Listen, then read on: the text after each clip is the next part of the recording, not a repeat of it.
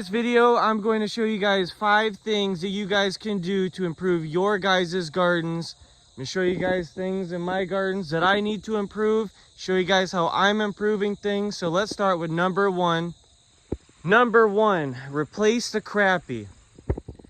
I know you guys have those plants that just don't perform. I know you guys have those plants that trap weed seeds in them, like irises or something. The plants themselves are crappy looking. They don't hardly bloom for a long time at all. You guys need to take those plants, trash them if you have to. Don't be afraid to kill plants, guys. Don't be afraid to rip them out. Don't be afraid to not post things on Marketplace. Just throw it away. Replace it. Come to Plant Daddy Express. I'm not just trying to sell you guys new plants. I'm trying to help your landscaping in this video. Remove them plants that just aren't doing you anything and replace them with some better plants. These right here are sun drops, aka primrose. This one right here is an Annabelle hydrangea. This plant right here looked good. That plant right there looked good, but I want better looking plants. So I want to replace these with something better. But I've got 5 bee balms right here, which are a darker purple than I would like. They get powdery mildew on them. I need to replace these with something better. Number 2, invest in your garden by spending a little bit more money on higher quality plants, ornamental trees and ornamental plants like that. So check out this. Invest in statement pieces, invest in trees that no one else has. You don't have to get fully grown trees. You can even get trees that are smaller. This year I spent over $1,000 on ornamental trees alone. I spent a lot of money on smaller things just to grow out, because I know in the future those things are going to set my garden aside from other people's gardens and other places. It's going to make me unique.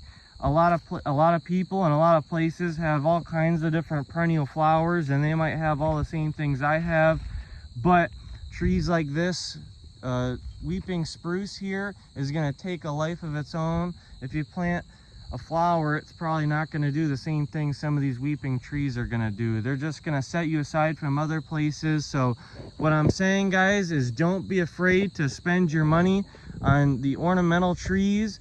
Don't be afraid to spend even your whole yearly budget on just a couple big, high quality, big ticket items to set your gardens aside from other places. Check out this tree over here. This is a Max Gold white spruce. This is one of the most pretty plants in the spring. Check out the pictures on the screen of that one. I've got tons and tons of ornamental trees growing out throughout my mounds. That tree right there was one of the very first investments in my landscaping. It gives you height, it gives you year-round texture and foliage colors that, like, you could get a flamethrower redbud, a rising sun redbud. Invest in those bigger ticket items that are going to set your gardens aside from other places, and even in the cheaper plants that aren't quite as ornamental or whatnot. Get yourself something fancier. Don't be afraid to spend a little bit more money on it, because if you get something that's fancy, it's going to give you a little bit more enjoyment than something that you got from Facebook Marketplace. Chances are, there's exceptions to every rule, but I'm just saying, get some ornamental trees. Don't be afraid to spend a little bit more money and get something that's going to set your guys' landscaping aside from other places. Number 3 is plant plants that look good in spring, plants that look good in fall, plants that look good throughout the seasons. But now, of course, you want to have plants that look good in the spring. You want to have plants that bloom in the summer and plants that bloom in the fall. But the reason I say but is a lot of plants that bloom in the spring, which you do need spring blooming plants, a lot of those plants don't look good after the spring. A lot of spring blooming plants like those cool temperatures, they look good. So those primroses and these hydrangeas here, even just a lot of spring blooming plants, lupines, tons of plants just aren't so happy. They don't look good after the spring is over. A lot of these later blooming plants, they look good, or they're just starting to grow in the spring, so they're gonna look healthy. And then in the summertime, a lot of the plants out there, they just don't look happy. So that is why over here, when I am going to utilize this space a lot more, and when a lot of the spring sales are done, I wanted to have a lot of later blooming plants. So then maybe I can have some people here, you have parties over. That now is the time when people are going to be outside, and now's the time when you're going to be looking at the plants. Now, you also, like I said, you're going to want some plants that bloom in the spring. Maybe you plant some daffodils, maybe it's some phlox. And then also, these twisty baby locusts, I got these because in the winter when they were dormant, they looked really, really cool.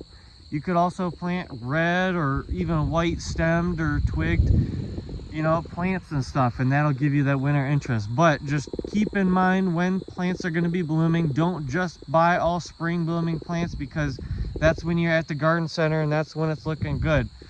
Make sure you get plants that bloom throughout the year, or that bloom later in the year as well, because a lot of those plants are going to bloom for, you know, multiple months that bloom later in the year. A lot of the spring blooming plants only bloom for a few weeks to a month, month and a half.